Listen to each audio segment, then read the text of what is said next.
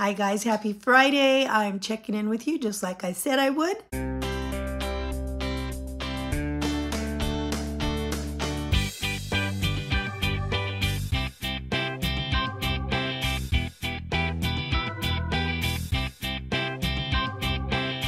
Okay, so here we go. Yesterday I showed you my breakfast. It was just basically oats and then an egg and a half a cup of egg whites. And it was, that kind of a breakfast is easy for me to make. It's rote. I can do it with my eyes closed and it gives me all of the energy and the protein that I need to start the day. And I could go past lunchtime without even worrying about eating. So I'm not going to be getting low blood sugar at any time or anything like that. So it's great. And so lunchtime, I'll show it to you here in a minute. I had made some brown basmati rice in my rice maker, and I got a new cookbook. It was a vegetarian cookbook from the library, and I bought it. It was like 50 cents or something like that. And it was really, really cool. But there was a recipe in there for Moroccan vegetables. And it was interesting because they used garbanzo beans and raisins and, it was just wonderful spices. And I threw in some peas and I made that up on the stovetop as a side. And also I threw in to the oven that's on my counter a little pork tenderloin. And I thought my family would like that. I don't like eating a lot of pork, but the pork tenderloin is inexpensive and it is quick, relatively quick to cook. Very easy. I get the one that's like in a marinade or something like that, so I don't even have to worry about flavoring it. You just throw it on, just put foil down on the pan, throw it in there. 45 minutes, it's just done. You let it sit for a few minutes and you slice it up and it's just beautiful. So had a couple ounces of that. And so that was lunch. And then I had some trail mix. I had 7 points of trail mix because 1/4 cup is 7 points and it really adds up. It was the peanut butter one that you get from Great Value. And I don't really like it because I like the one that has like the M&Ms and the raisins, and this one doesn't have that. So it felt like something was missing. And so if I have this one, it feels unfinished, right? And so I decided I didn't want to have it anymore because it's frustrating because you always feel like you're waiting for that other flavor that never shows up. And plus it's just too many points. So I'm not gonna, as long as we have the peanut butter one, I'm not gonna care about it. And so we ended up, it was supposed to be date night. And the kids' function got canceled, so Honey and I couldn't go out by ourselves. But we decided to take the children with us to Olive Garden because it was my pick. So I wanted to go to Olive Garden. And I had the chicken gnocchi soup to start out with. And the chicken gnocchi soup is a little bit thicker. It's a little richer. It's very good, but it's 7 points per serving. So I had half of that and it was very good. I had half of a breadstick and some salad. And for me, because dinners, I'm good with light dinners, that was a lot. That was a lot. I could have stopped, but everybody was still eating, so I didn't want to be the only one just sitting there. The kids started feeling sorry for me. They're like, "Oh, you're done? Do you want some of mine?" And so I'm like, no, I'm okay. But the waiter came back by and I said, you know what? Because I got at dinner, they don't have never-ending salad and soup, but the waiter said, you could bring the salad anyway, and you could have never-ending soup bowl. So I said, okay, that sounds good. The soups run somewhere like 230, under 300 per serving. And so I wanted to stick with the soups. And so when he came back, I said, you know what, can I try the pasta fagioli? And he said, yeah. And the pasta fagioli servings are 2 points for a bowl. Very satisfying. I had half of the bowl, so I had 1 point worth of pasta fagioli. And I have to tell you, I think I'm going to start out with that one next time because I think it's just as filling as the chicken gnocchi, but without the extra fat and points. And so that's the one I'm going to start out with because if you try another bowl and you start out with something that's filling but lower in points, and you're going to eat a lot less of the second one, right? So that's going to be my next plan when I go back there. So anyway, it was really good. And it made me think about the September collab that we had last year, that I think I participated in that. Sandy from Life with Sandy made a pasta fagioli last year, and that looked so good. So I told my husband last night about that, and I said, you know what, I'm going to try Sandy's recipe because it looked really good. And she said that her husband liked it too. And I kind of get, and maybe I'm wrong, but I kind of got the feeling that maybe Jim is a little picky. So if he is picky and he likes it, then it's probably a very good one. And I think Sandy's a great cook anyway. But anyway, so here we go with Friday, and what we're going to do, I'm going to start out my breakfast very sensibly. I'm not hungry yet, so I'm not going to eat until I'm hungry. But I have to watch the time because I don't want to be not hungry for lunch, because we are going to go to a Mexican restaurant.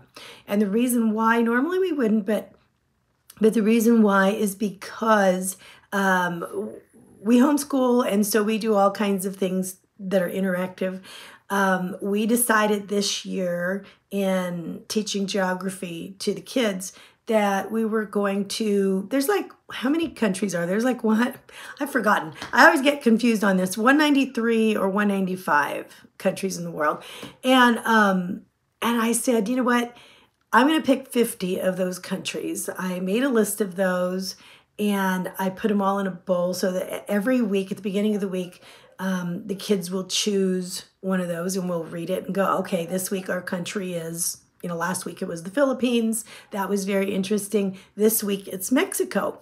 And so what we do is we study throughout the week. We incorporate it into our studies, the location of it, find it on the map, write something about it, draw the flag, talk about the culture and the art, look some of those things up, what's the population, major exports, all this stuff, right? And we learn a lot about the country. And then on the Friday, we might even do their arts and crafts throughout the week. And then Friday, we go out to a restaurant that serves their food well. Or if there isn't a place to go in town, I'll just have to make it myself, and we'll have that experience at home. So anyway, I don't want to overeat today. Usually Mexican food is not like the big hurrah for me. My husband, it is. He loves it. It's like his favorite out to eat place. But for me, obviously, I grew up having this sort of stuff all the time. So it's not like a really big deal to me, but I do like it. And I like to try new things. The one thing I don't like about Mexican food is I didn't grow up having the seafood, Mexican seafood. So to me, that's very odd, right? And so like when the fish taco craze came out, I was like, no way, this is something that shouldn't be done.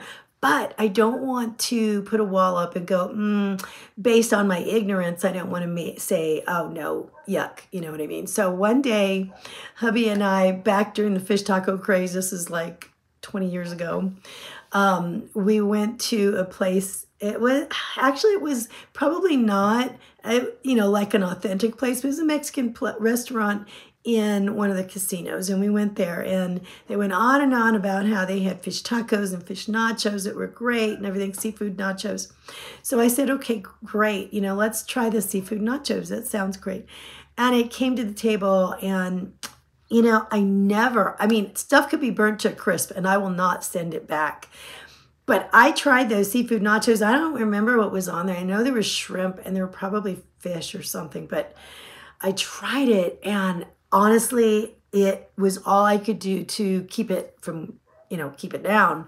And I told honey, I am really sorry. This is really embarrassing, but I cannot eat this. I cannot. And we had to send it back because he didn't like it either.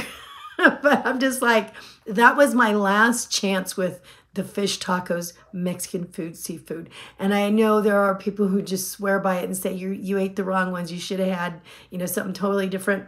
But I cannot bring myself to try it again. So I'll just stick with all the other stuff. I just didn't grow up with it. So I don't have any flavor cards in my mind to associate it with anything. And so I just repel it. It just doesn't, I don't want to have it. It's just really, it's one of those very few things that are very hard for me to eat. Do you guys like fish tacos? Do you like seafood, Mexican food style? Let me know down in the comments if you like it. What is your favorite? Maybe I just tried totally the wrong thing. Maybe I need to try something totally different. But I'm open to it. So if you have any suggestions, let me know. Usually the issue when I go to a Mexican restaurant is I get in my mind, I love a good hot bean and cheese burrito. I just love it. It's very comforting, and I grew up having a bean burrito most of the time. Sometimes we didn't have cheese, and it was very upsetting when we didn't have cheese, but if we did, it was like, yeah, this makes it so much better even. But the problem is when we go to a restaurant is that they really do pack on the cheese, and a lot of the kind of cheese that they use is really like lower quality, so they can give you more and a ton of oil in it. So yes, I get filled, but then there's the aftermath of points, fat, inflammation, you know, queasiness or heartburn. And I don't like dealing with that, but I get myself psyched up to go to the restaurant and I say, I'm just gonna have a bean burrito, no cheese. Practice it, bean burrito, no cheese. I get there, and then the server comes along and they ask me, and then I just look at him, oh, bean and cheese burrito, please. Why did I do that?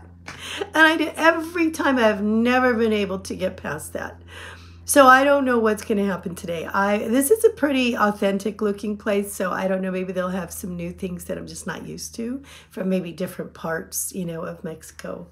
But anyway, I will let you know how that goes, you guys.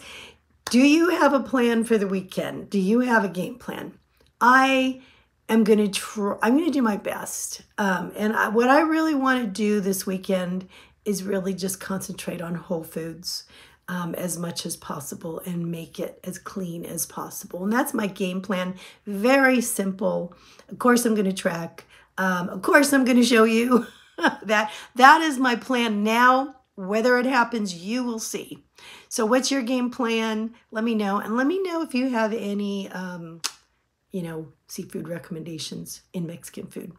All right, guys, I'm going to let you go for now. I hope you have a wonderful, fabulous Friday and a beautiful, glorious weekend. I will see you soon. Bye.